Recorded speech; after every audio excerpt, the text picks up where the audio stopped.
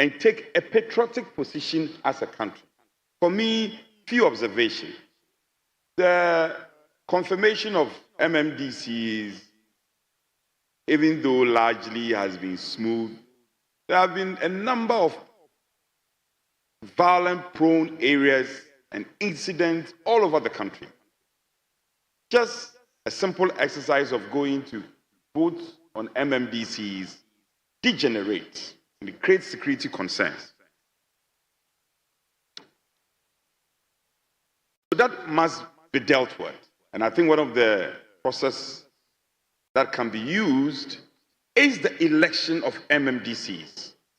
It will also reduce the tension, the needless tension between MMDCEs and MPs. Our roles are defined. Significantly different roles. We play our roles as legislative arm of government. They have their roles to play. Yet, we are almost at each other's throats. Needless.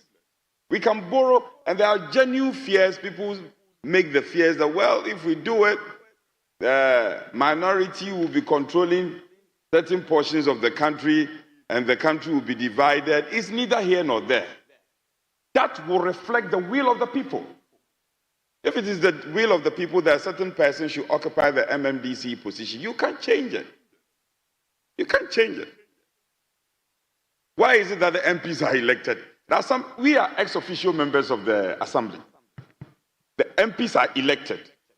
The assembly members who go to confirm the nominees are also elected. I see my colleague, the Honorable Kosa, is here. I'm sure Mr. Speaker knows you very well. Don't worry, he will recognize you. Don't worry. Mr. Speaker will surely recognize you. So, the assemblymen are elected, MPs are elected, and it's only the MMDCs that it happens that a small section of people go and vote for them. Because I think it's high time we open up this matter and ensure that now you have 2/3. You have said that, the last speaker said that the Honorable, His Excellency the President, is fulfilling all his promises. Now you have 2/3. Go ahead and amend the constitution and ensure that MMDCs are elected. Don't wait for anybody. You don't even need us to do it. Go ahead and do it. You may not even need us. 2/3, you can do it. Because on a more serious note, I want to plead that this matter shouldn't just be subjected to normal lamentations and we go home and sleep. Speaker, let's sustain the conversation for some time to come. And to that end, I want to employ and plead for your wisdom for probably some consequential directives. The local government committee is a very active committee. The minister we know as a very experienced member of parliament, Nabu Ahmed, has been in leadership for all these while. He's also passionate about this matter. Then we can follow through to this matter all to its logical conclusion. As a nation, we need to depart from what is happening currently and help in fomenting our local governance structure. So having said this, Speaker, I also want to plead, I know you have gotten to leadership. The Honorable Kosa is here, if it pleases you. He was immediate past Minister for Local Government, if we can hear from him as well. I thank you, Speaker. Thank you very much. Yes, Honorable Kosa. Let me give him the floor. Thank you, Mr. Speaker. Let me commend the maker of the statement for bringing this matter to the fore. Mr. Speaker, I'll be very brief in my remarks. I just want to put on record that if there is any policy or any issue that has a meeting of minds from both sides of the political divide, it is the issue of the election of MMDCs. Mr. Speaker, we may recall that the past government have this policy and did various efforts to be able to have pushed us to the election of MMDCs. So all the two parties agreed to the election. The point of departure was whether or not it should be on partisan basis. Somehow we need to put a decision and make a move. It's an issue that is long overdue, and its implementation would ensure that we move our local governance system a step forward in shaping it and making it better for our national governance program. Given that the current government has overwhelming numbers to make this happen, and being committed to it at least in the 2020 manifesto and 2024, Mr. Speaker, I believe that the way is very clear for our friends in government to make do with this policy. And we, on this side of the divide, are ever ready to give government every support. And we count on them. I believe that this conversation should trigger some roadmap that we can immediately put in place and ensure that we make our governance at the local level better by adopting this move. Mr. Speaker, I thank you very much for the opportunity. Thank you, Honorable Former Minister. Yes, Honorable Richard Achampong. Mr. Speaker, thank you very much for the opportunity to add my voice to the call by the honorable colleague for members of the country to take a decision to elect our MMDCEs. Mr. Speaker, we can say that in principle, all political parties do agree that we should elect our MMDCEs. But when you are in opposition, you feel it better than in government. Because always there's a tough war between the MPs and the MMDCEs. So right now, we thank God that the Constitutional Review Committee is working. So let's come together, put up the proposal, what we want them to do, so that they incorporate our views, so that by the end of the day, Ghanaians will take a decision, so we'll see the pathway. Because we've read these issues over and over and over, but there's no resolution to this matter. Other people are saying the president should nominate 3 people, present them to Public Service Commission, vet them, and present them for elections. And the president should retain the power to sack those people. Because if he is appointing, he must have the power to also sack them. But another school of thought is also saying, if you present the candidate for the people to elect them, if you want to sack the person, give them the power to put in a petition so that based on the findings, that person is sacked. These are the controversies around all these things. So let's try to fashion out a modality which will work for all of us. Because if you're an MP and you're not in good terms with the DCE, giving the mere instruction will never solve any problem. Because the DCE himself is interested to unseat you. So the resources that goes to the DCE, he will use that resource to undermine the work of the MP. So let's have a pathway. How do you want to achieve it?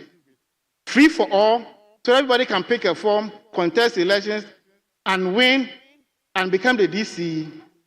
But people are also saying the person is representing the central government or the president at the local level.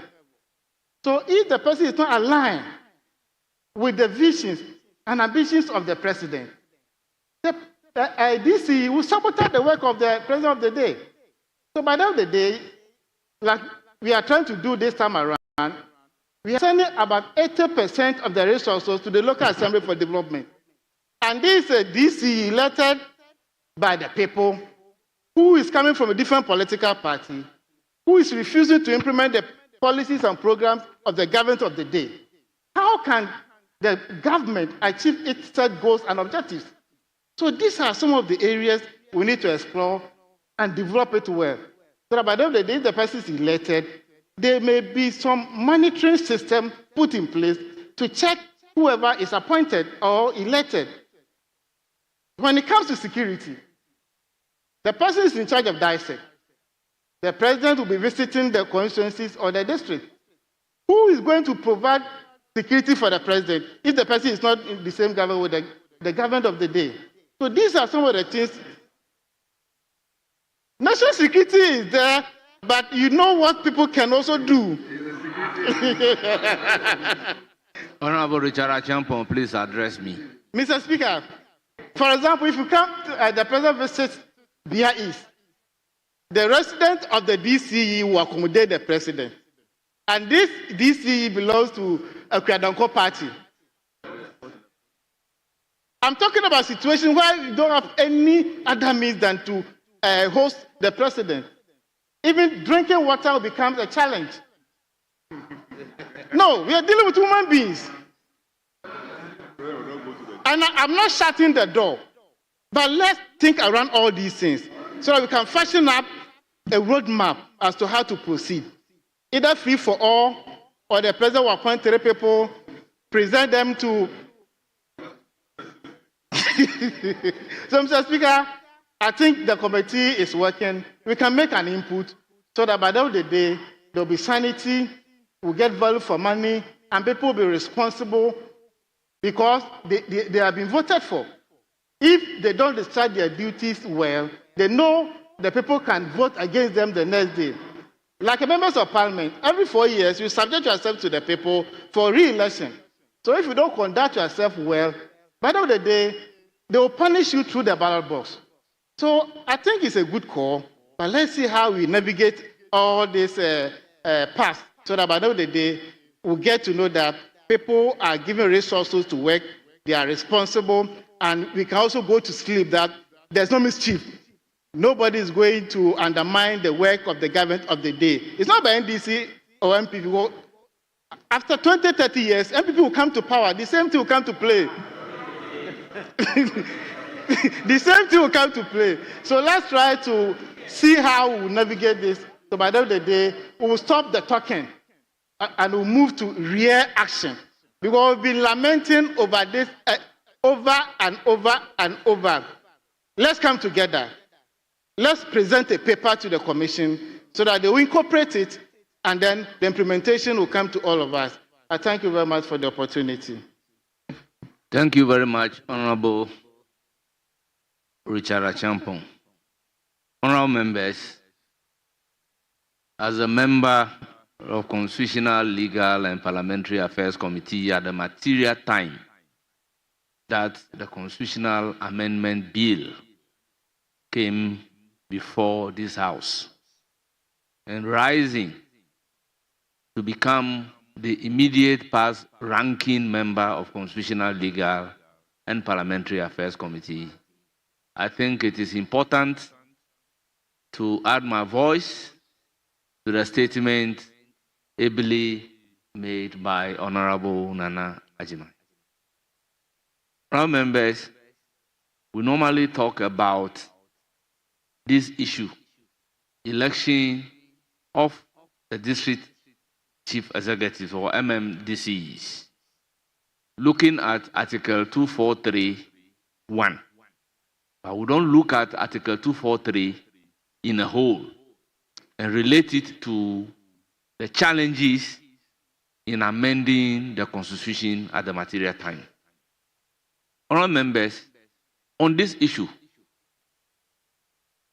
both the minority and the majority at all material time are in support of the MMDCEs being elected.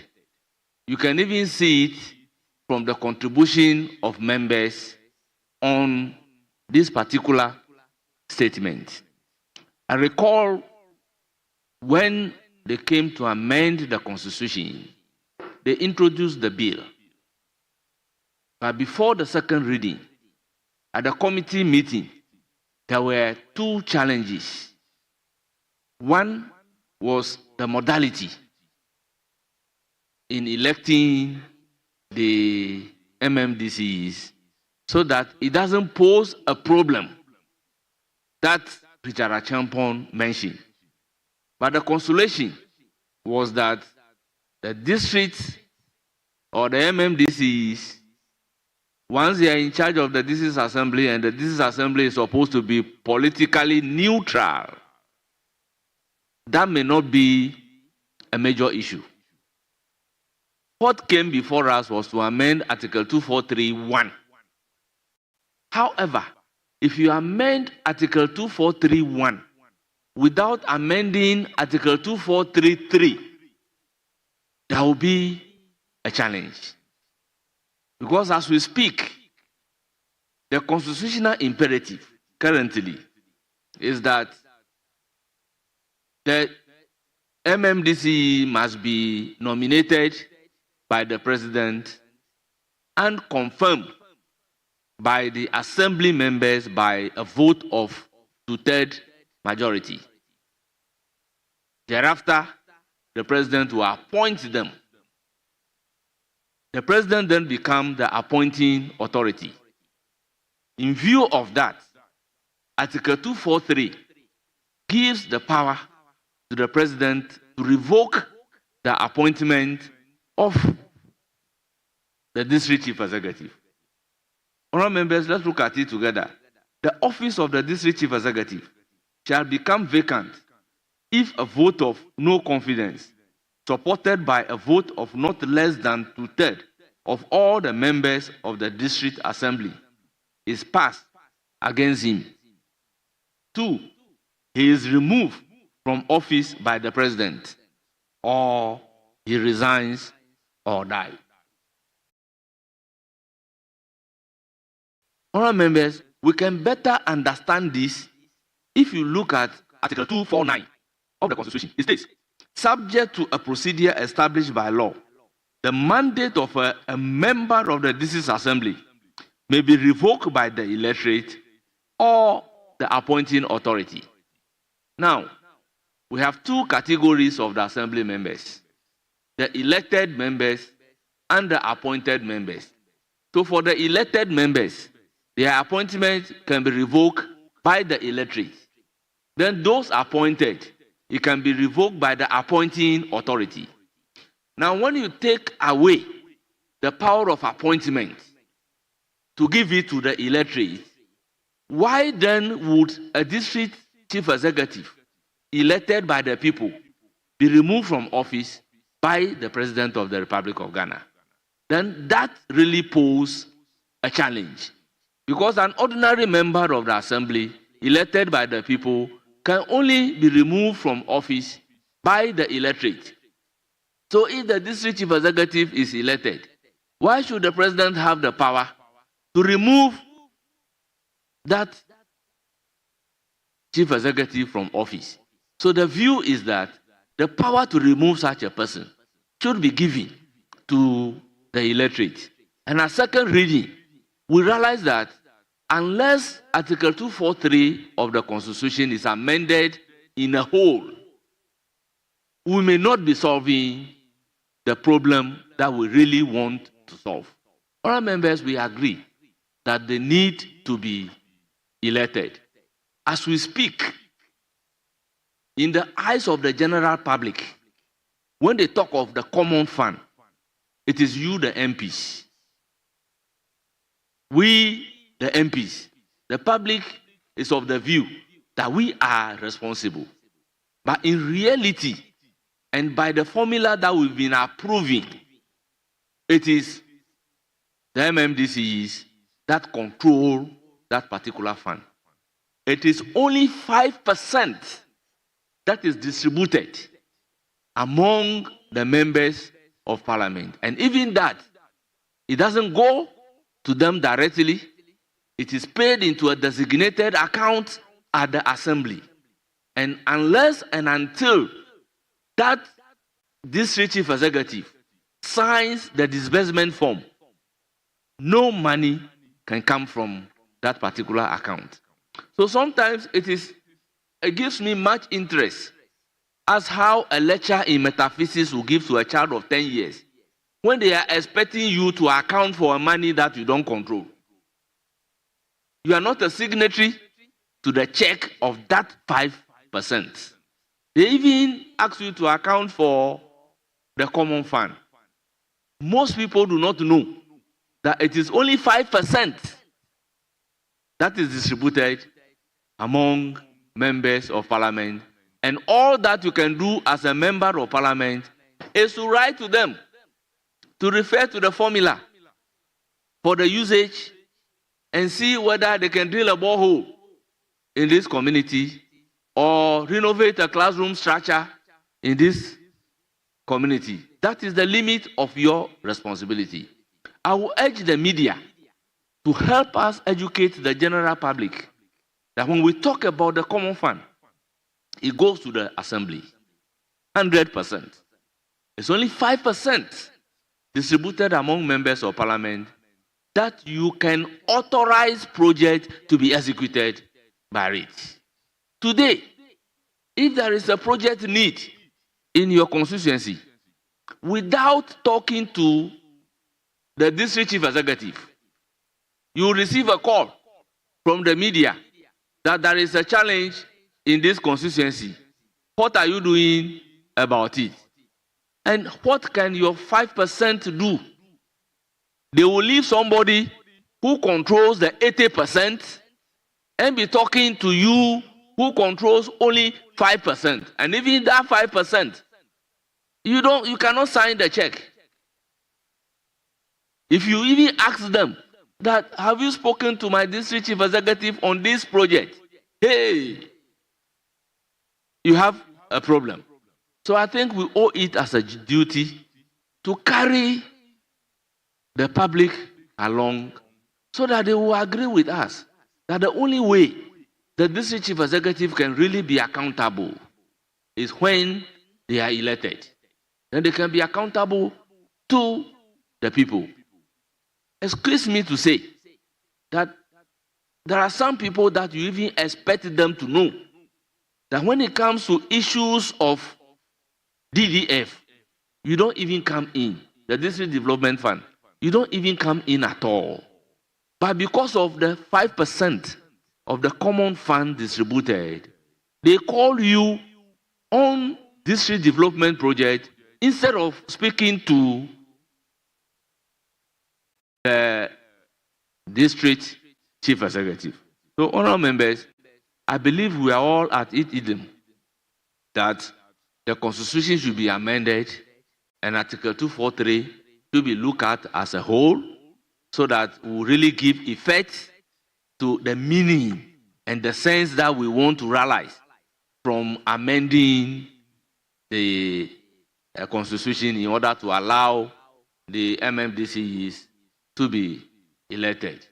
Honorable members, it is true that it is in the 2024 manifesto of the NDC that the constitution should be amended to give way to the MMDCEs to be elected. But as we know, a constitutional review committee has been put in place. They are looking at the recommendations of the FIAJO Constitutional Review Committee, and they will also come out with a holistic proposal as to the various provisions in the Constitution that has to be amended in order to bring it up to date, because our Constitution is 30 years. The issue, therefore, is, do we want the Constitution to be amended in pieces, or we want the amendment to be done in a whole? I believe strongly that the chairperson of the Constitutional Review Committee, Professor Prempre, would listen to us. The members of the committee will also listen to us, and they will take into consideration any proposed amendment to Article 243 of the Constitution, so that we can all give effect to electing the MMDCEs. I believe when this is done, it will ease pressure. The public will then be aware when there is a need for development.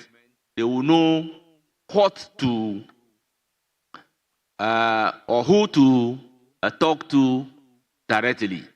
Honourable members, there is this issue that I want to use the opportunity to explain. When it gets to election, because the MMDCEs are not elected, you, the MP, in campaigning, you carry your party manifesto. That is your party manifesto's promise. that when my government comes to power, we will do A, B, C, D. It is you who carries the manifesto. But when it comes to the implementation of the manifesto, the resources for the implementation of the manifesto is rather sent directly to the assembly. So you are confronted with the challenge of you telling them that your classroom will be renovated. However, the resources is not given to you to do the renovation, but rather it is the MMDCEs who are not elected who have control over the resources. I think we need to do a bit of public education and really carry the public along, because to them, once it is you who carry the manifesto and they have elected you, they are expecting you to come and do the project irrespective of whoever controls the resources. So, honourable members, I think we can come together and ensure that the needed constitutional provisions are amended to actually give way for the Constitution to be amended. I thank you very much for giving me this opportunity to also add my voice to the statement ably made by Nana Ajimai. Honourable members, we also have another statement standing in the name of Honourable Nelson Kofi Jaba, MP for Kratchi East Constituency, on the price modification in response to the cedi appreciation against the major trading currency. Honourable member, you have the floor. Thank you very much, Mr. Speaker, for this great opportunity to bring to the attention of this august House a matter of great concern to the Ghanaian, especially the consuming public.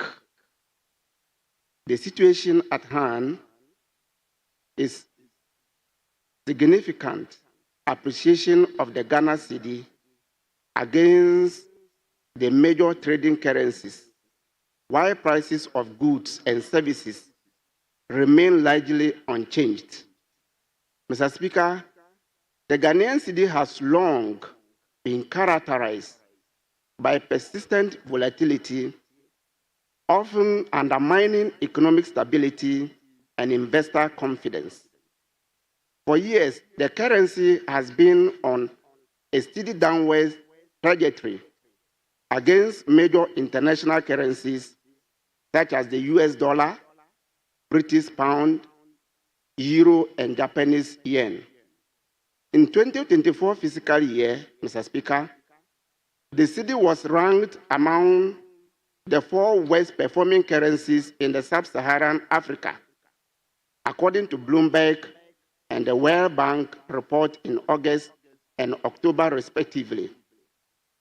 In November 2024, the cedi depreciated by 3.95% against the dollar, making a cumulative decline of nearly 29% in the year, translating to 17.10 cedis to $1 American dollar.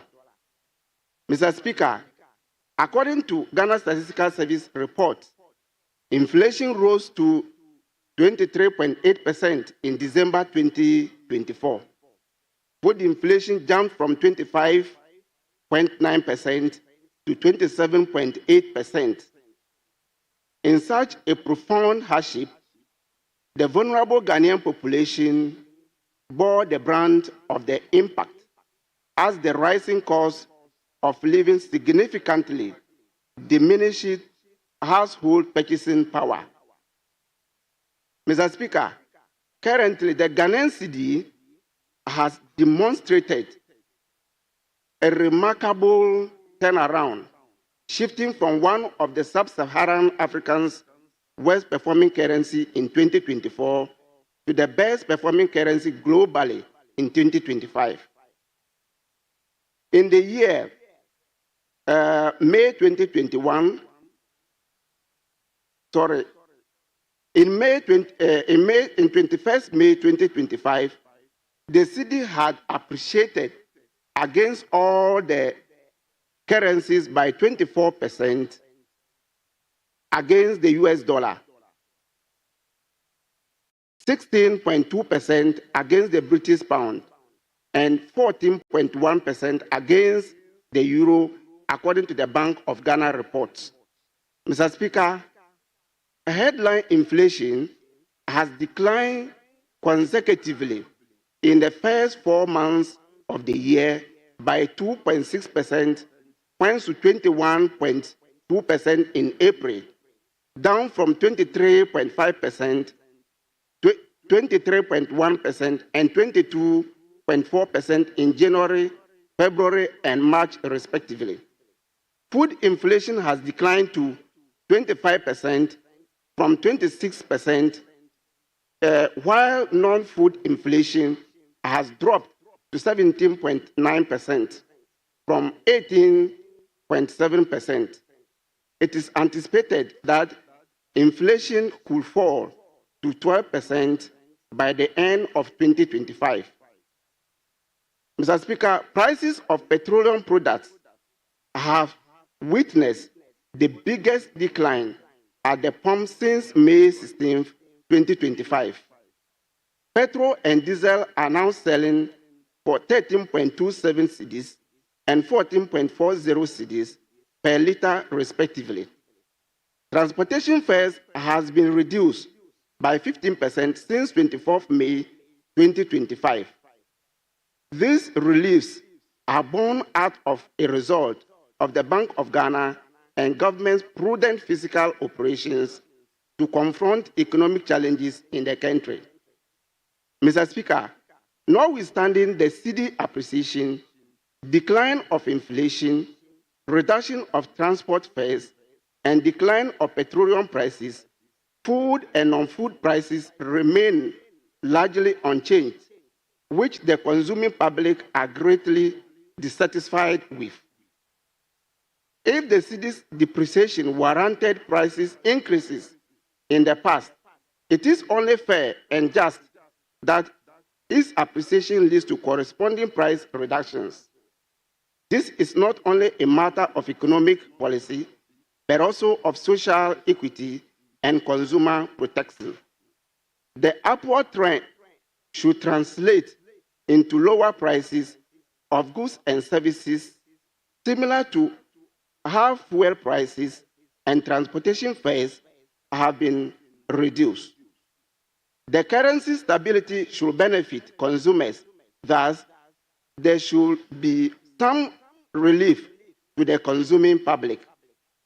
Mr. Speaker, the Minister for Trade, Agribusiness and Industry has assured consumers of price reductions in the cost of goods and services in the next 60 days. However, it remains prudent for Parliament as a major arm of government to call on the trading community to adjust their prices in response to the current appreciation of the Ghana cedi against the other major trading currencies. Mr. Speaker, therefore, I humbly call on the Association of Ghana Industries, AGI, the Ghana National Chamber of Commerce, the Ghana Union of Traders Association, GUTA, and all relevant stakeholder groups within the supply chain, including importers, wholesalers, resellers, and market associations, to act in good faith and reflect the current economic realities in their price mechanisms. To conclude, Mr. Speaker, I appreciate the opportunity granted me, and I salute the Ministry of Finance, the Bank of Ghana, Ministry of Trade, Agribusiness and Industry, and all stakeholders for their relentless efforts in the cedi appreciation. I urge this House to lend its voice in calling for transparency and fairness in market practices.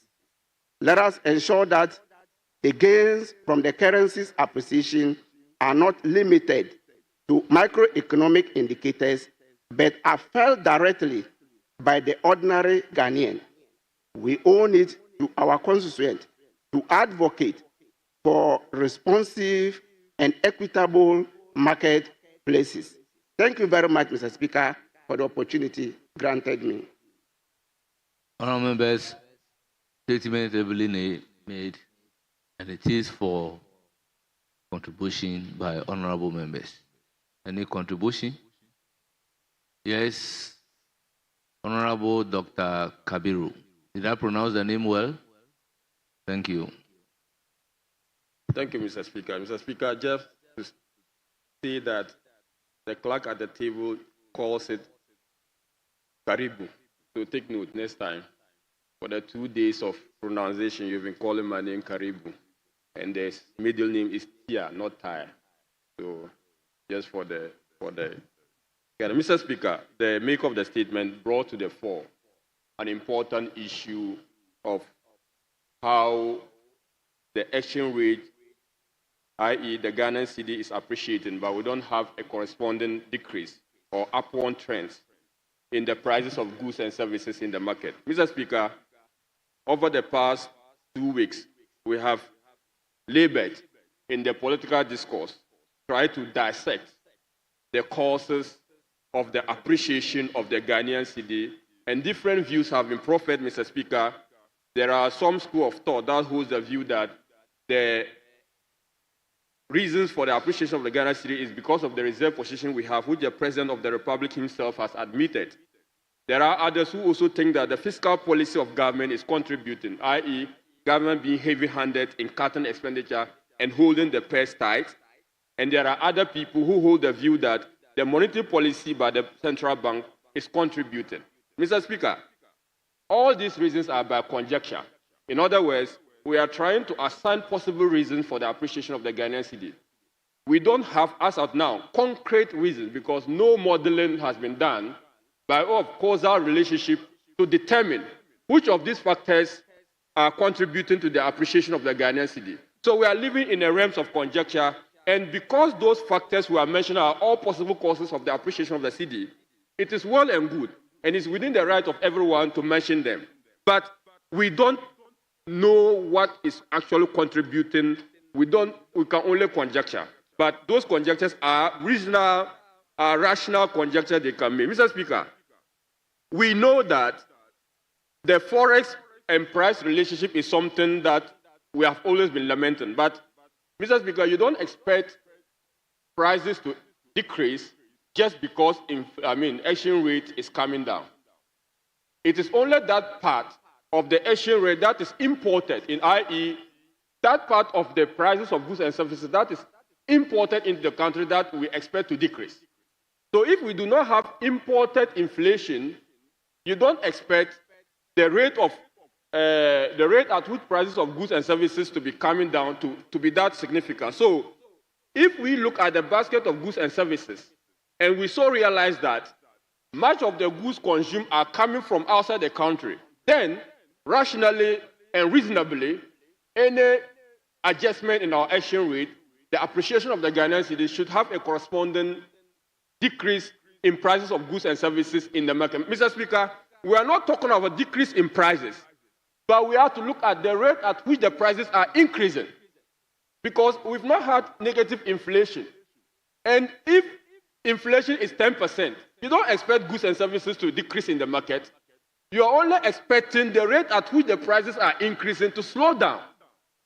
So when people say, oh, inflation is coming down, prices of goods should come down, it is not so a logical statement to make, Mr. Speaker, because inflation, until we have disinflation, prices of goods and services will expect to at least adjust upwards. And Mr. Speaker, there's another reason. There's another reason why prices of goods and services... Mr. Speaker, there's another reason why prices of goods and services are not coming down. Mr. Speaker, there is this principle, the Keynesian principle of sticky prices.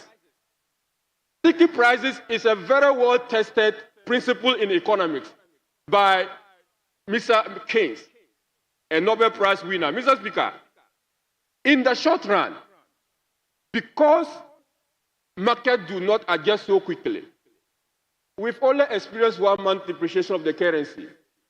Only 1 month. And it is so short a time for us to have a corresponding decrease in prices, because prices are not sticky downwards, especially in the prices are not able to adjust to changes in aggregate demand and supply in the short time. And because of that, that is the reason why we are having the slow pace of the disinflationary pressure that we expect to see. Mr. Speaker, another reason is that traders have acquired goods at certain prices. The stock of goods acquired are supposed to finish before they can talk of increasing or decreasing prices. If I go to, say, China, and I bought 100 bags of, say, clothing, each at $100, and I come to the country, and the prices are, our city is increasing, I have to finish the stock before I can begin to consider reducing prices. Otherwise, there's what we call the fear pricing. If I reduce to clear now, if I go and the exchange rate should appreciate, or the dollar should gain value, I cannot buy the same stock. So it is only reasonable for the traders to behave the way they are behaving, and until we do something significant about the structure of the economy, we expect this particular thing to. Mr. Speaker, unfortunately, there's nothing the government can do about the price situation. That's the unfortunate situation. Because we have committed to ourselves liberal pricing regime. And that's what the Minister for Trade and Industry stated. Unfortunately, they cannot go to the market and ask people to reduce prices. Government can do absolutely nothing about it. That is the reality we have to face. We are faced with. Because prices of goods and services are determined by demand and supply, and the traders are at will in the liberal market to set prices. If you have the wherewithal to buy, you come and buy. If you don't have the wherewithal, then we have to reintroduce control regime, and that we have for so long abandoned. Price control is no more part of our economic management basket of tools we use to manage our economy. Unless, of course, we want to go back there. So, Mr. Speaker, government can do very little, but we can use moral suasion. Moral suasion in the sense that the continuous application or appeal to the conscience of the trader that, look, when the general conditions of the economy is good, you must reflect that in your pricing. Once we do that, I'm sure some traders out of magnanimity would try to adjust their prices down. Mr. Speaker, the other solution to this is the sustained appreciation of the Ghanaian cedi, or if we have this current appreciation of the cedi to sustain for a long time, the prices can then adjust to this appreciation in the long term. But if we have it to be so, erratic, that the next month it will appreciate, the next month it will depreciate, traders cannot balance their books. Traders cannot plan for this particular erratic exchange rate. So the way forward is for government to make sure that the current gains we are experiencing in the market, and let me comment the government. Honorable Kabiru, the current trend, the current gains in the Ghanaian cedi, if I have to complete the statement, Mr. Speaker, the current gain in the Ghanaian cedi is something commendable. And the reasons we have all argued about are well for everyone to see, i.e. the foreign exchange reserve position that we built for them, to the fiscal and monetary policy adherence to by the current government, and also the gold purchase program that we instituted and was inherited by this current government. These are the possible causes of the appreciation of the cedi, and we have to commend the government for achieving that. And we will all be happy to have a very stable exchange rate regime because it benefits every Ghanaian. It has nothing to do with NDC, it has nothing to do with MPP. Every single person in the market feels the impact of exchange rate volatility. And it is a point that we need to order. So we are encouraging on the Minister for Finance to do more about the structure of the economy, the production sector. And it's quite unfortunate that the Minister of Finance is not spending. Mr. Speaker, if you are not producing, if the driver of the economy, the main spender in the economy is not spending, production is going to shrink. And once production shrinks, it goes into your export capacity. And once your export capacity is endangered, it goes into the revenue you will get, and the size of the economy shrinking means that you cannot compete favorably with other countries. Mr. Speaker, that is the danger we are faced with a government decision not to spend. And I'm just encouraging the Minister for Finance to at least start to spend in the productive sectors. The government must start to spend in the productive sectors. Mr. Atu to spend. So, Mr. Speaker, It's quite unfortunate when people say government is spending on salary. Consumption has never been a determinant of the growth of your economy. Consumption, the size of your expenditure going into consumption determines how serious you are as a country or otherwise if you want to grow. And I think that when people talk about payment of salary and compensation, they should think that we are talking about expenditure into the agri sector. How much of our production will help the farmers to grow? We are talking about production into the industries. How many factories are we setting? We are talking about production into the construction of roads. What is the investment we are doing in social and capitals? These are the expenditure we are expecting the government to think about. These are the areas we want the government to think about. But not to say you are paying salaries. Of course, every government pays salary. It is not the salary that we are interested in. We are interested in production, the productive sector of the economy. That is not what we are seeing, because since the government has come to power, almost 6 months, nothing has been done to increase the productive capacity of the Ghanaian economy. Absolutely nothing. And if anyone knows of anything that has been done to improve the productive capacity of the economy, the person can say it. Honourable Member, I refer to Order 93.5 and to say that your time is up. Thank you very much, Mr. Speaker. And let me just conclude. Let me conclude by saying that, Mr. Yes, Speaker. Honourable Eric Afu, you have the floor.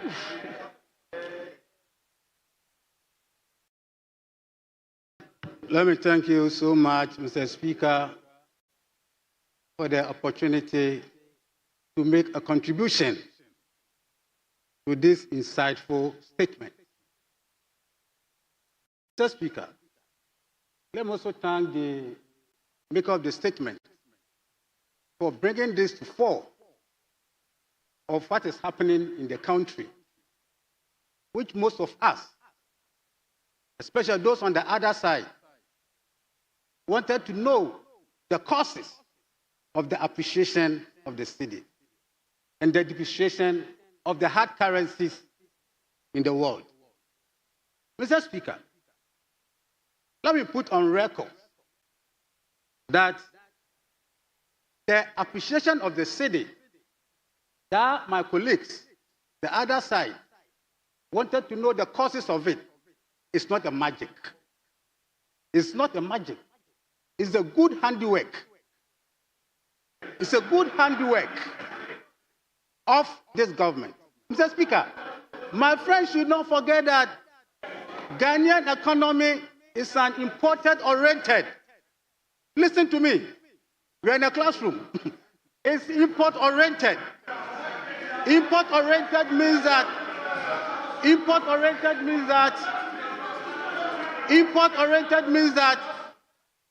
we import so much into the country.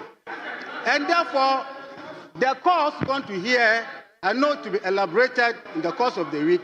But let me tell you that it is the prudent management of the import sector of this economy. It's the prudent management of the import sector of this economy.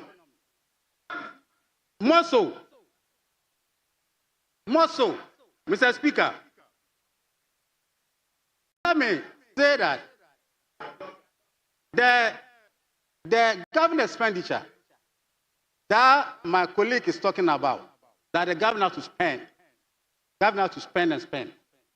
Let me tell everybody here, note that government expenditure is an injector to the contribution and the development of the country. Go and read. Go and read macroeconomics. It's an injector. And therefore, if the government will spend the 293 billion appropriated to the government, Mr. Speaker, it will go and increase the development of the economy. We are going to spend within the prudent sectors, productive sectors.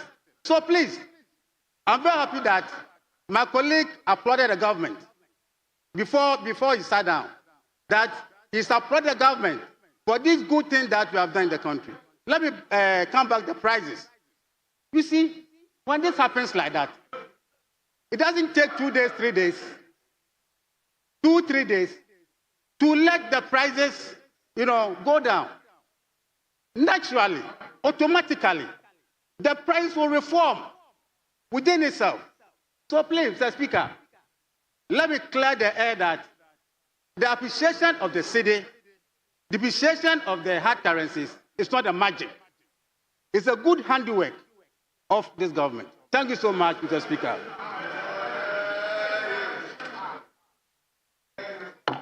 Yes, honourable member, you have the floor. The Thank you, indication Mr. is to Speaker. take 1-1. Oh, the Speaker, I'll yield. Very well. You have the floor.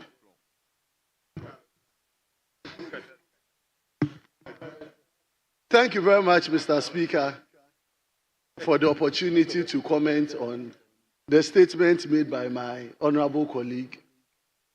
I think it's important that as a House, this conversation has come so that we'll be able to at least straighten some of the issues that has been going on in the public space, and also to encourage the government to do what is right to sustain this appreciation of the cedi as we see today.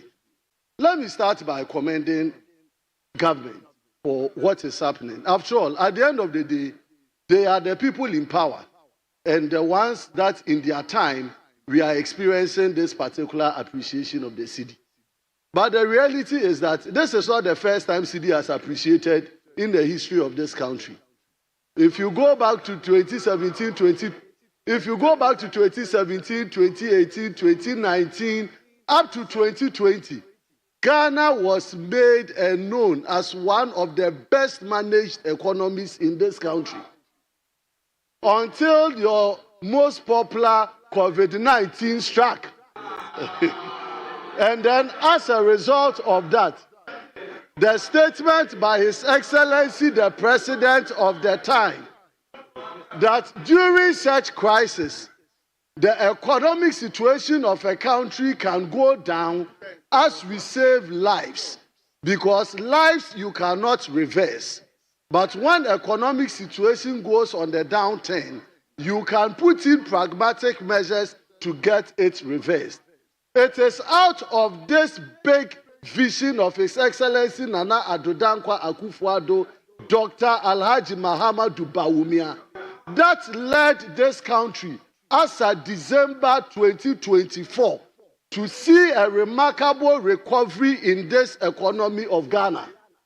Per the budget statement read by Honorable Ato Forsen and the President of the Republic, John Dramani Mahamad's statement, it is on record that the reserves of this country that was put together by the MPP government, which gave us 30 tons of gold, was the foundational basis upon which the subsequent purchase of gold by PMMC and then by the gold board gave us the leverage to pump in much more foreign exchange that is causing the depreciation or the appreciation of the cedi against the other foreign currencies. That is factual. Now, the question I want to put on record is that as much as we give Ato Forsen the glory for what is going on, our advice is that this again is not the first time, because gold is at its appreciable highest level.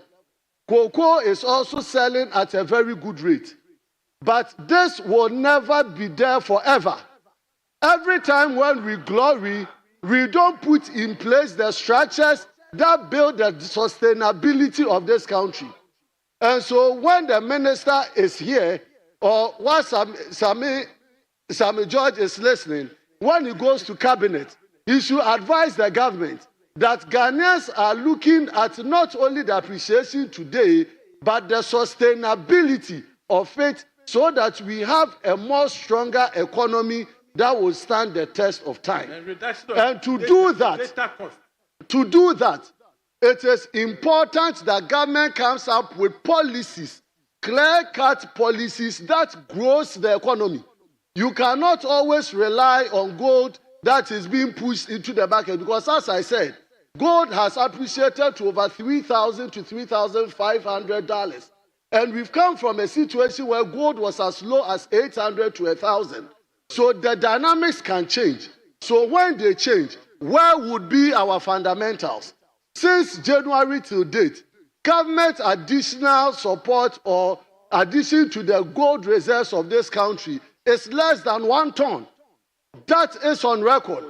And so if for 5 months you have added only less than a ton, and we are going into the middle of the year to the end of year, what is the strategic direction of the government to make sure that we build up our reserves to be able to stand the shocks that may come in future? We don't want to see this economy crumble.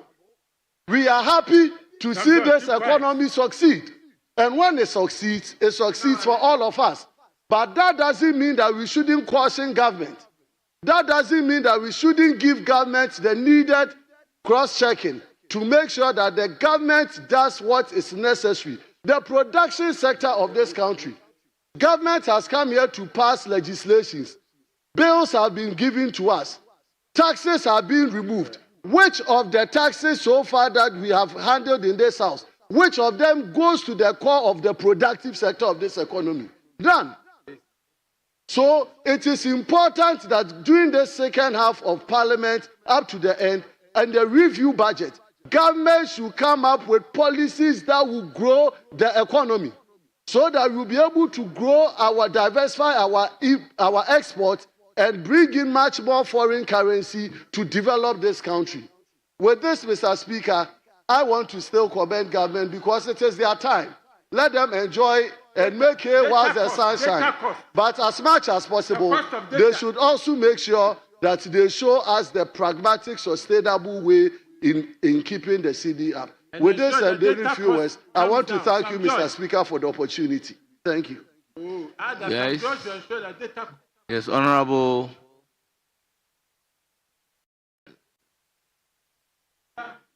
Honorable there. Yes, you have the floor.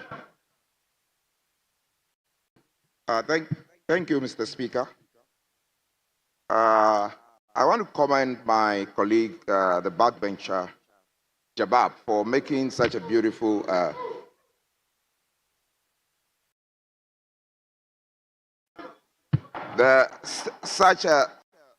such a well-researched statement.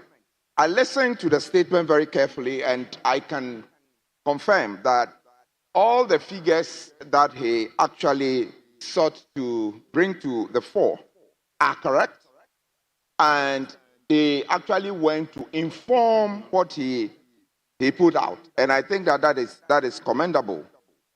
Indeed, let it be on record, as it is always said, that Parliament is a house of record.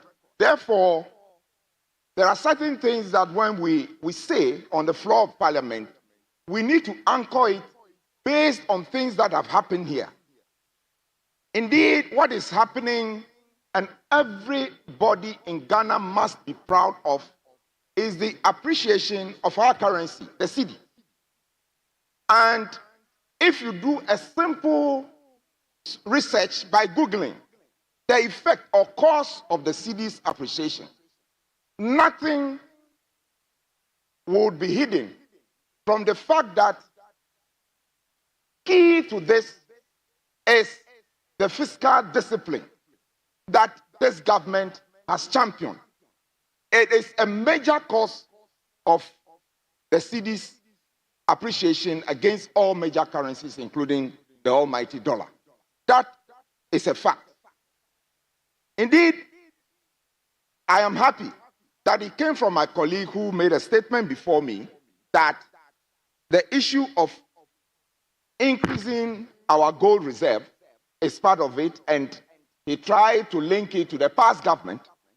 But indeed, we are in Parliament, and it is a known fact that what actually led to sanitizing how we harness our gold reserves, it's all anchored on what we passed, we labored to pass, the law we labored to pass in this house, which led to the creation of the gold board.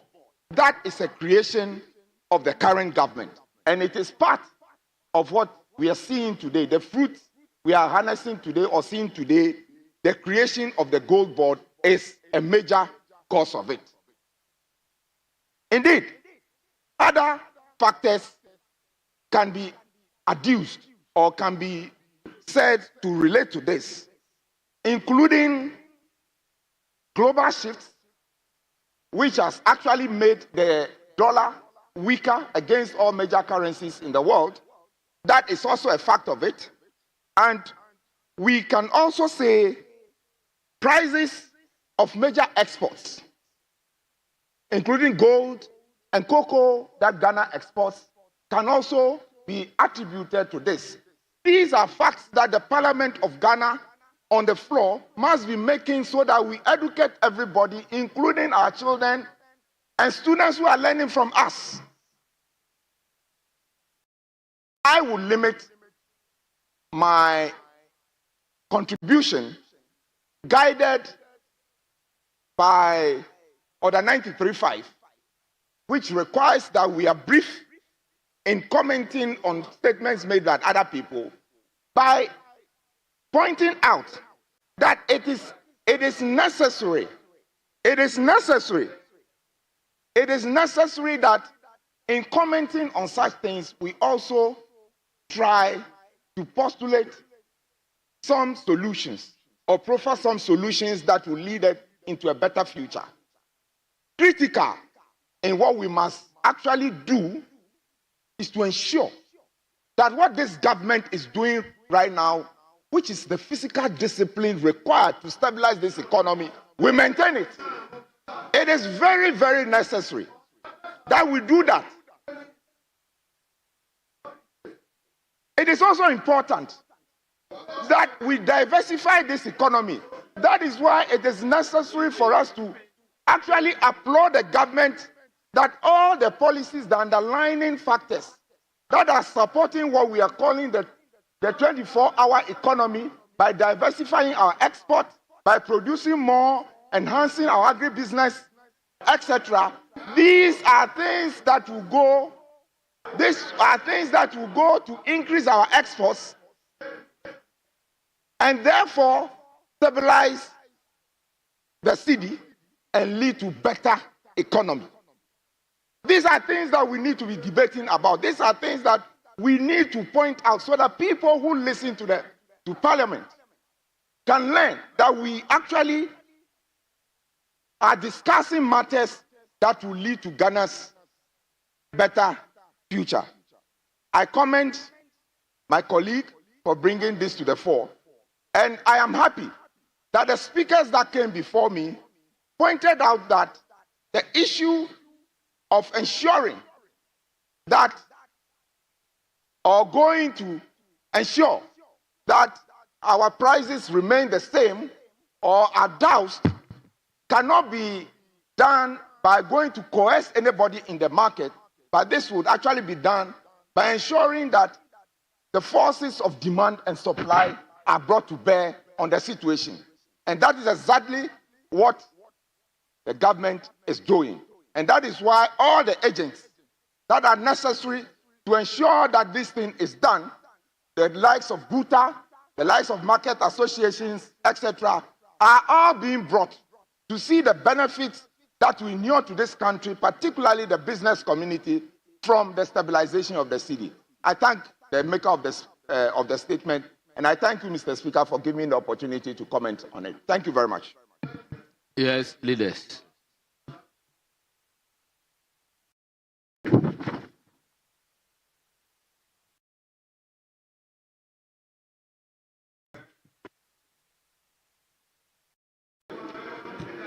Speaker, with your indulgence, may I yield my place to Honorable Onyina? You have the floor. Thank you.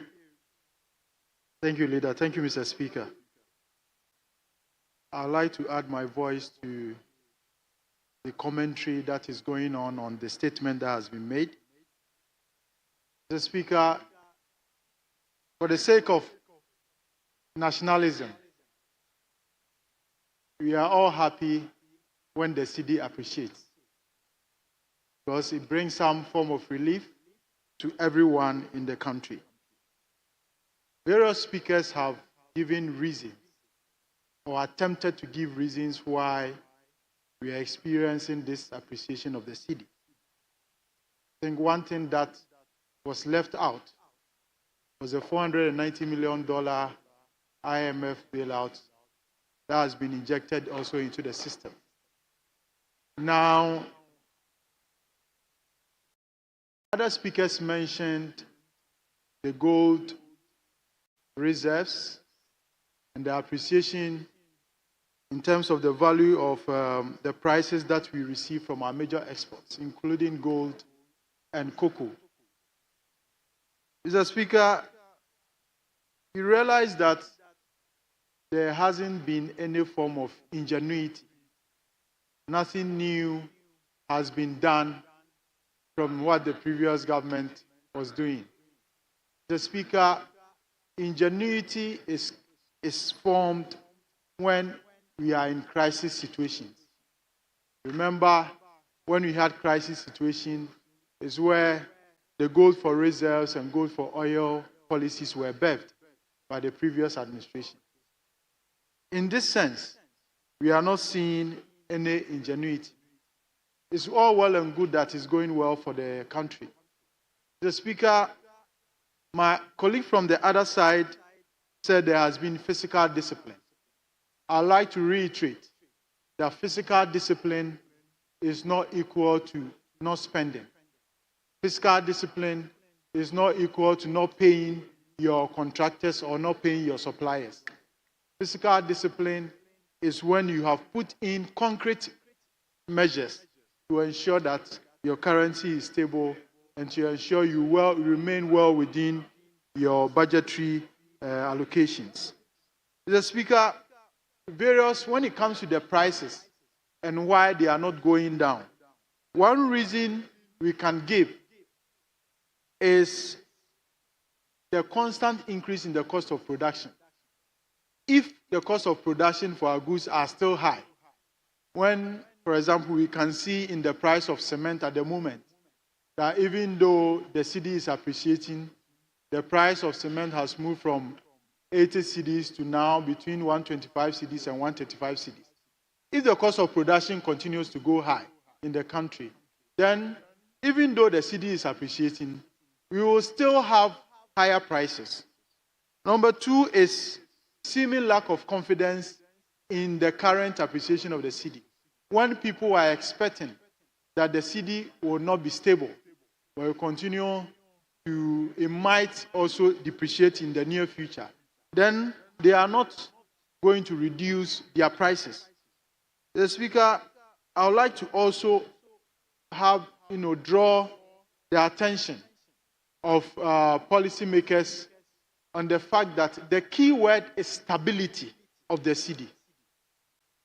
We risk having high prices for our export commodities if the cedi continues to appreciate to a certain level. For example, if we get 1 cedi to $1, it means that eventually the prices of our commodities internationally are going to go high, and we are going to be less competitive in the international front. So there has to be a point where the cedi stabilizes so that our prices in the international front will be competitive when it comes to us competing with other countries. Mr. Speaker, to end, I would like to add my voice to moral suasion. I'd like to also plead with businessmen and business people and people of industry in this country to make sure that our prices come down.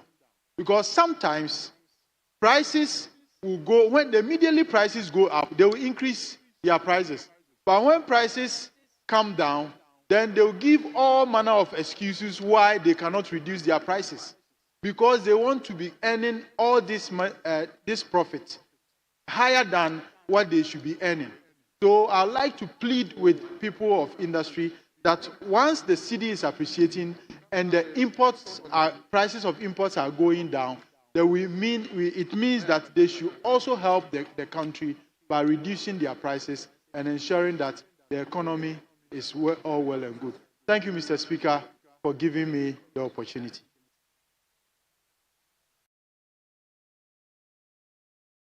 Yes, my majority chief whip, deputy majority chief. No. I'll give you the floor. Let's hear him. Yeah. Yes. He says he's concluding. I will give you the floor before ending the time for statement. Mr. Speaker, that's Yes.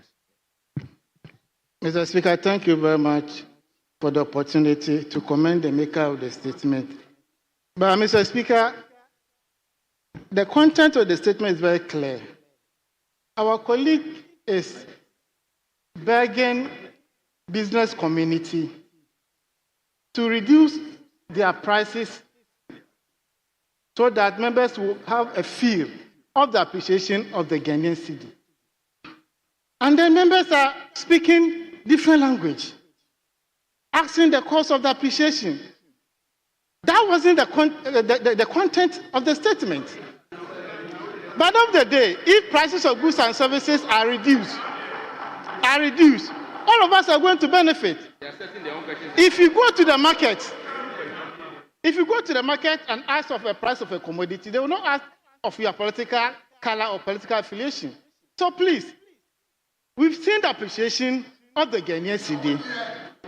This is the time to also urge our brothers and sisters to also let the appreciation reflect on the lives of the people. So by the end of the day, this is an open market and it's a customer-based market. So let's educate them. Do window shopping. If you go to shop A and the price is 50 Ghana cedis, and you go to shop B and it's 40 cedis, you buy the 40 cedis to punish the one who is selling at 50 cedis. But my noble friend was telling us what they did in 2014, 2024 has yielded all these positive results. Why is it that we did not see that appreciation in 2024? You did all these things, but the dollar was hovering around 18%. Let's peg it at 17%. Mr. Speaker, in 2024, if you owe somebody 10,000 Ghana cedis, you needed 170,000 Ghana cedis to pay that debt. Today, that same $10,000, you will need 110,000 Ghana cedis to pay the debt. You've made a savings of 60,000 Ghana cedis. Now, when they were in government, they didn't understand this economy. Now in opposition, what is the meaning of whom pay where you pay? To wait, if you don't like this, what again do you expect from us? So you know the rules. Mr. Speaker, let's all support the call so that the appreciation will reflect on the lives of the ordinary person on the streets. So it's not by NDC, MPP. We have a policy called Gold for Forest and Gold for Reserves. The whole of 2024, the earnings from gold that we sold gave us about $4.3 billion. Up to April this year, Mr. Speaker, we've raked in $2.7 billion. Less than 4 months. 4 months, $2.7 billion. So if you are saying it's about 0.0 tons, it is giving us $2.7 billion. So just imagine, the whole of 2024, you got 4.3 billion. 4 months, 2.7 billion. Which one is better? Let's support this administration. We took over assets and liabilities. When your challenges with the electricity, you said your mama. When cities appreciating, you said Baumia. You can't choose and pick. We are in charge. We are in charge. The government is disciplined in terms of expenditure. The governance of this nation. Mr. Speaker, the government is cutting back expenditure. We are not wasting too much resources. In the name of cathedral, how can you spend $58 million to dig a hole? Honourable member, take a look at Standing Order 93.5 and read it to the House. Mr. Speaker, I heard my colleague say that we are not paying Honorable contractors. For your member, let's information, look at standing we've order started paying 93.5. I'm telling you, we are paying contractors. Honorable Richard We Achampo. are paying quiet contractor friends. Honorable Richard Achampo. We are paying contractors. So we are spending. You are living in the dark. Honorable Richard Achampo, let's look at order 93.5. Yes, we've started. We are paying. Do you have payment certificate? Yeah. You do a payment certificate. Honorable Richard Achampo, let's look at order 93.5. We are paying contractors. Yes.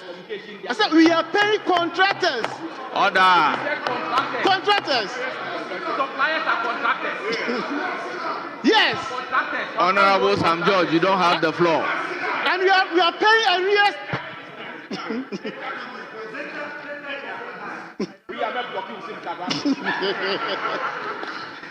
Mr. Speaker, I think I can proceed.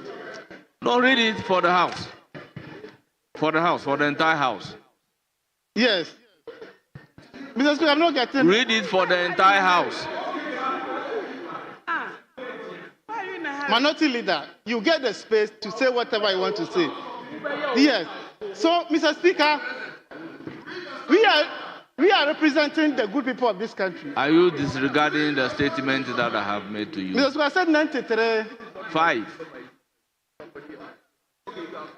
Mr. Speaker, 93.5. Their contribution has already provoked the debate. I said, I'm read. responding to it. Yes. Because they provoked the The debate. simple And I'm language is advising them. read.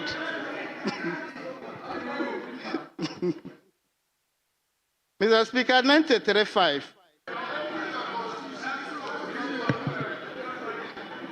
I read. A member may comment on the statement for a period not exceeding 5 minutes, and the comment shall not provoke debate. So I am correcting what they did.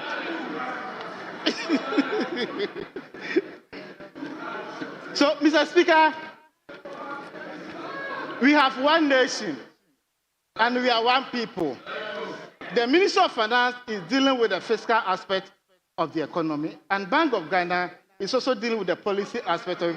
Put the two together, we are just seeing this appreciation of the city. So it's not about any theory. Somebody is proposing that this fundamental, this blah, blah.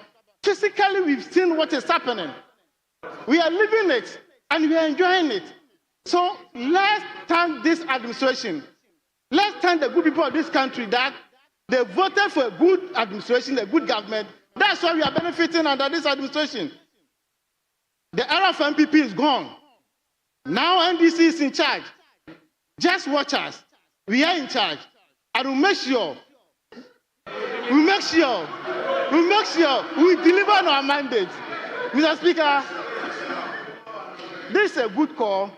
Like my good friend said, there's no way you can force any trader to reduce his or her prices. That one, you can't do that. But let's educate the customers so that they can also choose and pick, so that they can punish those people who are overpricing us. People are saying, oh, they've imported the goods already. They bought it at a higher price. Now the city is appreciating. If they reduce the prices, they can't go to the market and buy new stock. It's very laudable suggestion.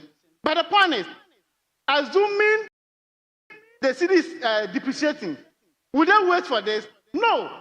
Quickly they will increase the prices. So let's try to find a balancing act here so that at least all of us will benefit. Mr. Speaker, I thank you very much for the opportunity. Thank you. Thank you, honorable members. Yes, honorable minority leader. Mr. Speaker, let me thank you most exceedingly for this precious space. Mr. Speaker, we are here as Democrats, and I believe that whenever we spot excesses of governance, this is the right forum to raise it. Fortunately, both parties have had the benefit of ruling this country. Are you contributing to the statement, or what are you doing? Mr. Speaker, I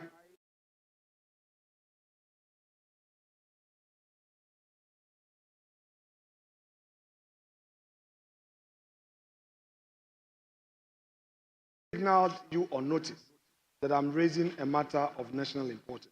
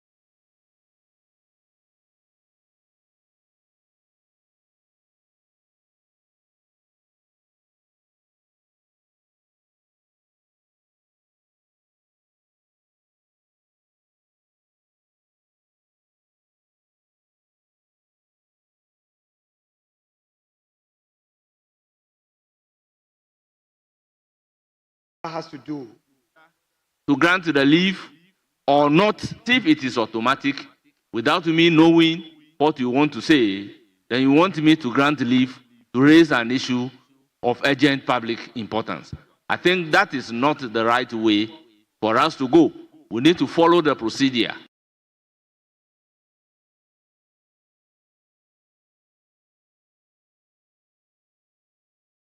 In exercising our rights.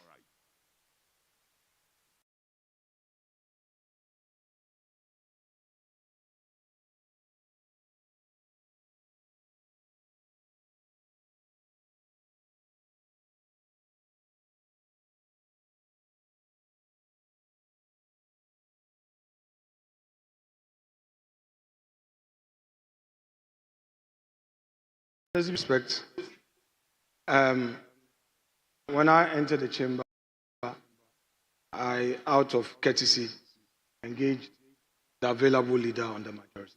The Speaker, we are Democrats, and I do not intend to disrespect the chair. I will never do that.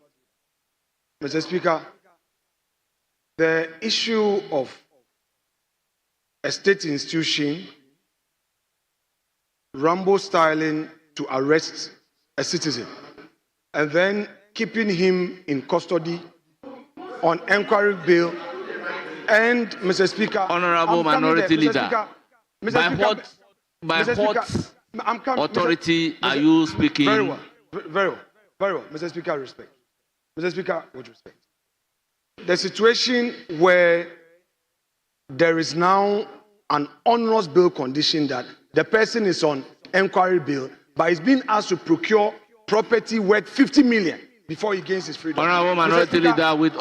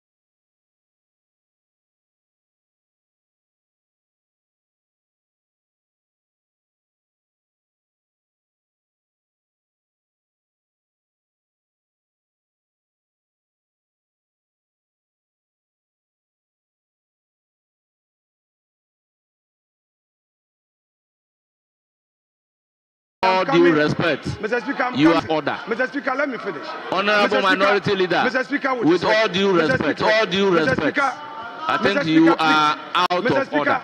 I'm seeking your leave, Mr. Speaker. Mr. Speaker, bear with me. Mr. Speaker, please bear with me. Honorable Minority Leader, with all due respect, Mr. Speaker, do what is needed first. Mr. Speaker, and when you do not want to do what is needed first, I also don't want you to be captured by the hazard. Very well. So I have accordingly ruled you out of order with due respect. Very well. Mr. Speaker. Mr. Speaker. Stop, Mr. Speaker, Mr. Speaker, with respect, I rise to seek your leave to raise a matter of urgent public importance. Mr. Speaker, I so apply, sir. Yes, honorable members, I took the trouble to explain Order 93 and Order 67. I believed it is in the interest of justice for all of us to do what is required by the rules that guide us. Where you are invoking the order, do the needful. But I have not heard you stating you are even seeking leave. Then you began speaking. And when I rule you out of order, then your back is up singing.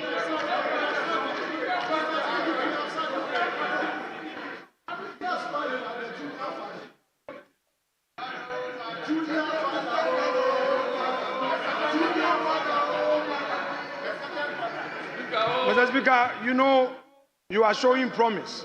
The future is very bright for you. You know, when Mr. Speaker retires, you are the shining star from Volta. You are the shining star from Volta. Mr. Speaker, you are a shining star from Volta. Nobody can compare. So, you are going to be a future speaker, Mr. Speaker. Mr. Speaker, Honorable members, by the rules that I have read, by the leave of the House and the leave of the Speaker, the available leader is on his feet. Let me hear. Thank you very much, Mr. Speaker. Mr. Speaker, now that the minority leader is so humble and has been so remorseful, I think you can grant him this space to say whatever you want to say. But the other day, there are only 23 or 24 of them.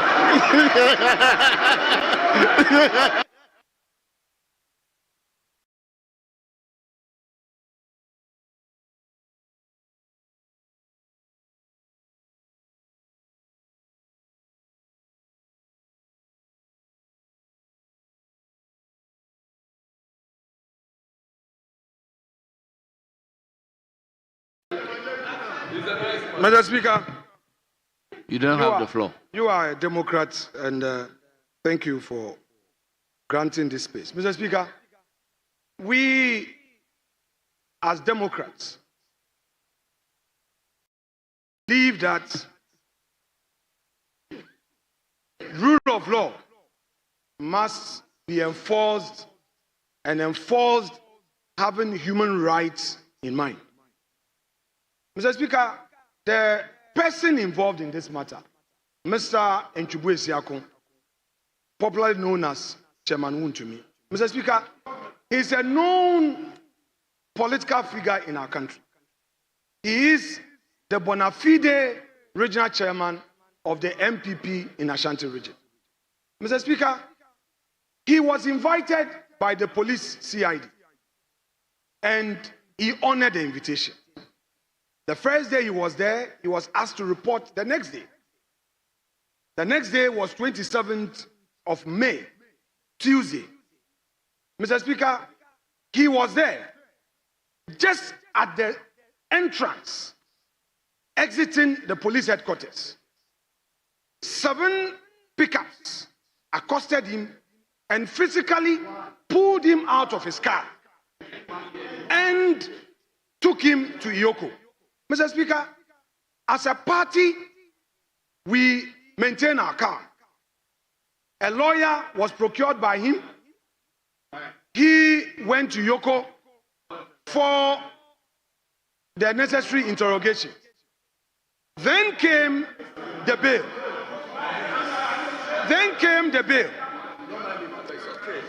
In the bail, Iyoko is now demanding that he should procure property worth 50 million as justification. Mr. Speaker,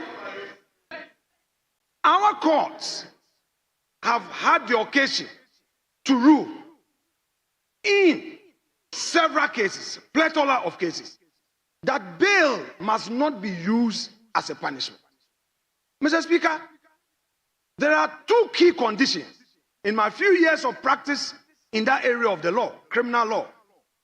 The man must have a fixed place of abode and must assure that he will make himself available for any trial or any investigation. It can be reasonably argued that Wontumi has a fixed place of abode. Wontumi would make himself available for any investigation, especially when he himself drove from Kumasi to Accra. Mr. Speaker, if Iyoko needed him, like the way the police did, he would have gone there. But they accosted him at the entrance whilst he was in his car, pulled him out of his car, and took him there. Mr. Speaker, as we speak, Chairman Wontumi is still in the custody of NIB Iyoko, but has been sent to the NIB clinic. Mr. Speaker, Iyoko, I must emphasize, because this is a house of record, he is unwell now, and it's been 48 hours. Mr. Speaker, Iyoko does not have a health facility. So they have transferred him to the NIB health facility. NIB has a small clinic, but Mr. Speaker, is that clinic able to give him the treatment he needs? Mr. Speaker, all I am saying is that not too long ago, our friends had cause to raise some of these issues. I am saying that the time has come for us as a country to pay attention to some of these excesses. If you are investigating the matter, and the very matter and the investigation is also a subject matter of a civil proceedings in our High Court. If the state is minded, do your interrogation, grant him bail, self-recognizance to enable him come. Because the man is a chairman of a known political party who is always available. If, as it were, Chairman Wontumi was granted bail and he abused the terms of the bail, then you can now demand justification. Mr. Speaker, I must argue one more time that Iyoko cannot arrogate the power of demanding justification at the inquiry level.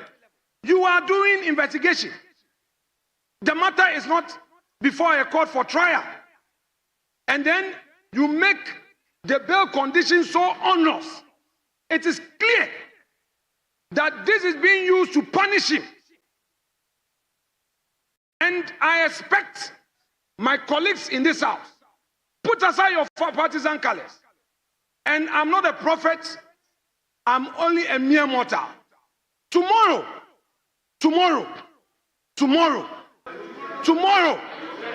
it may be you. Colleagues, don't be happy. Colleagues, today you are in government. 4 years is not far away from today. I am saying, let us encourage the right things to be done so that tomorrow you would have the courage, the moral courage to confront any such excesses. If you are in government today, you look unconcerned. Yes, I have the moral authority to raise it because all of you opposite me know the stance I took on human rights issues. That is why I have the moral authority. You know, colleagues, let's be fair. What is happening is not right. Mr. Speaker, NIB officials, the police are aware that anytime they had invited any member of our party or any former appointee, that member had availed himself or herself. I have been in the center of such cooperation where they reach out and then we engage and make sure that they are available.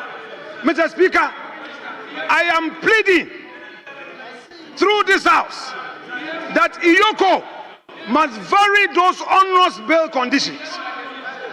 Wontumi Wontumi may be just an individual, but this action taints our otherwise good reputation as a democratic country. Mr. Speaker, never should it ever happen to any politician that you will be leaving office and you start getting worried that what will happen to me tomorrow. We should freely serve our country. And Mr. Speaker, I am not in any way standing against accountability. Let the records bear me out. I support accountability, but accountability must be seen to being done. The rule of law must be followed. Due process must be followed. Mr. Speaker, let me quote Article 296 to conclude.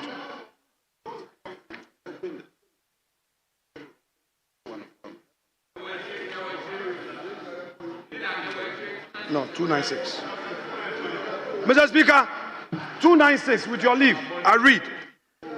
Where in this Constitution or in any other law, discretionary power is vested in any person or authority, A, that discretionary power shall be deemed to imply a duty to be fair and candid. B, the exercise of the discretionary power shall not be arbitrary, capricious, or biased, either by resentment, prejudice, or personal dislike, and shall be in accordance with due process of law. C, where the person or authority is not a judge or other judicial officer, there shall be published by the constitutional instrument or statutory instrument regulations that are not inconsistent with the provisions of this Constitution or that other law to govern the exercise of the discretionary power. Mr. Speaker, for my purpose, I am relying on 296A and B. Mr. Speaker, can the conduct of Yoko be said to be fair and candid? I know. Honorable Minority Leader, you are asking the House to make a pronouncement on the conduct of Iyoko. I haven't said so. Mr. Speaker, I haven't said so. So what do you expect us to do? Mr. Speaker, I haven't said so. I am bringing to your attention, subject to the leave granted me, a matter of public national importance. Mr. Speaker, please permit me to proceed. Tomorrow, it may be you. Mr. Speaker, tomorrow, it may be you, and I'll be there for you. Mr. Speaker, tomorrow, today, some of our colleagues are in government. You can never tell. Something may happen that may not be your fault. We would all remain in this chamber, and you may call on us. You are in government today. 2028, you cannot be sure. We had 169 before. In less than 4 years, we were apart. So don't be too happy and don't be jubilated. I expect great friends on the other side to add their voice to this matter. Let's not be partisan. It may come back and haunt us. Mr. Speaker, B is talking about the discretionary power. Mr. Speaker, Honorable John Dako, with all due respect, you are not the Speaker.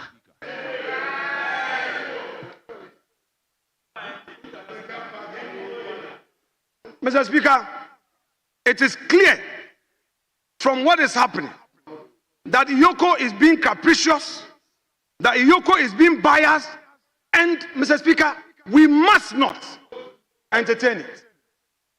Once he has his right to pursue the matter in another forum, I believe that for the good of democracy, Iyoko, without delay, must revoke and vary that onerous bail conditions. The man is still in the hospital. You are demanding 50 million worth of property. And Mr. Speaker, the sad part of it is that if the individuals go there, they bail Mr. Speaker, the sureties. Colleagues, pay attention to this. Maybe today it is an MPP member. Please, when the person gets there, the surety, yesterday when one surety got there, they now said that the person to go and do inspection has closed. It's not available. You go there at 10 o'clock, they say it's not available. Mr. Speaker, we should not do this to ourselves as a country. It may be tomorrow that you will be the one at the receiving end. I so submit and pray that as a house, we will not be partisan in this matter, but we will move together and send a strong signal, not only to Yoko, but all state institutions, that look, do your work. Do your work, but respect the law. Do your work, but respect the law. There are many people who have appeared before investigative agencies and they treat them with respect. They are doing their investigations, and when the time is up for you to go to court, you go to court. But the way we are treating ourselves,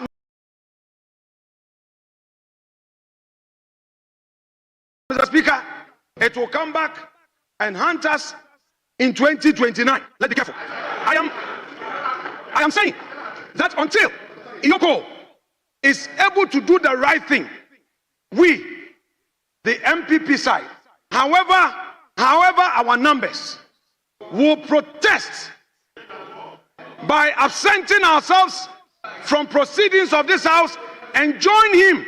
We are all going to sleep there with him, and we are not going to ask for any property. We don't have 50 million worth of properties. Where is he going to get it from? That go and bring landed documents. Mr. Speaker, they must do the right thing, and we will not be part of any proceedings until the right thing is done. Mr. Speaker, I pray that my colleague opposite will support, so that with one voice, Yoko will know that when it got to this matter of Chairman Woon to me, Parliament was united with one voice in telling them that they should do the right thing. Thank you so much indeed.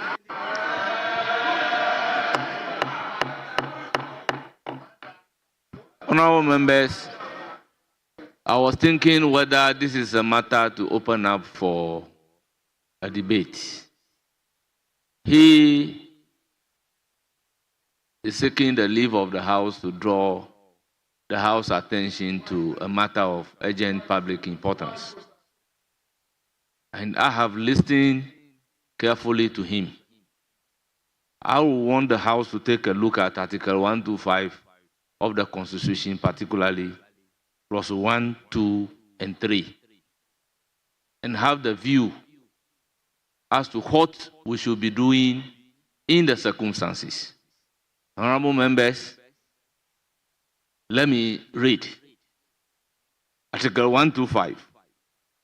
Justice emanates from the people and shall be administered in the name of the Republic by the judiciary, who shall be independent and subject only to this Constitution.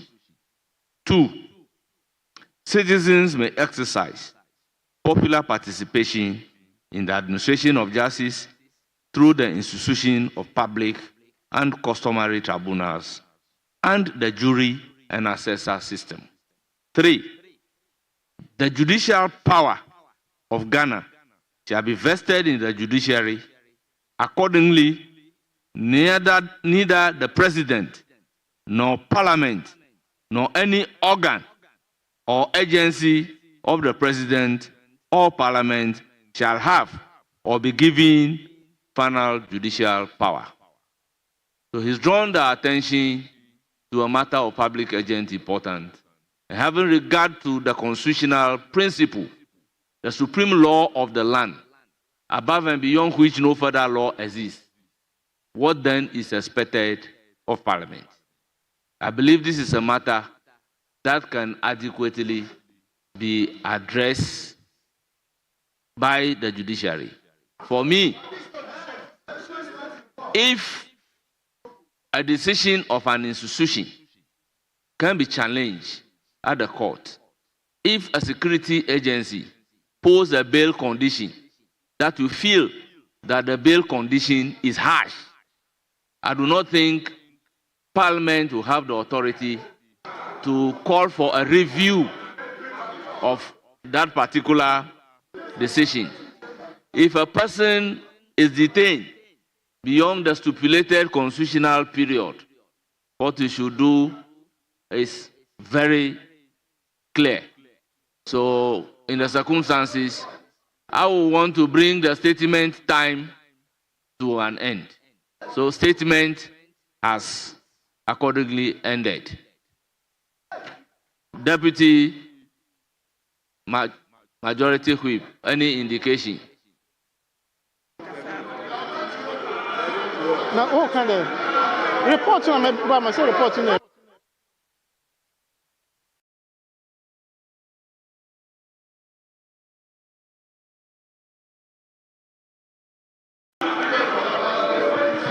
Mr. Speaker.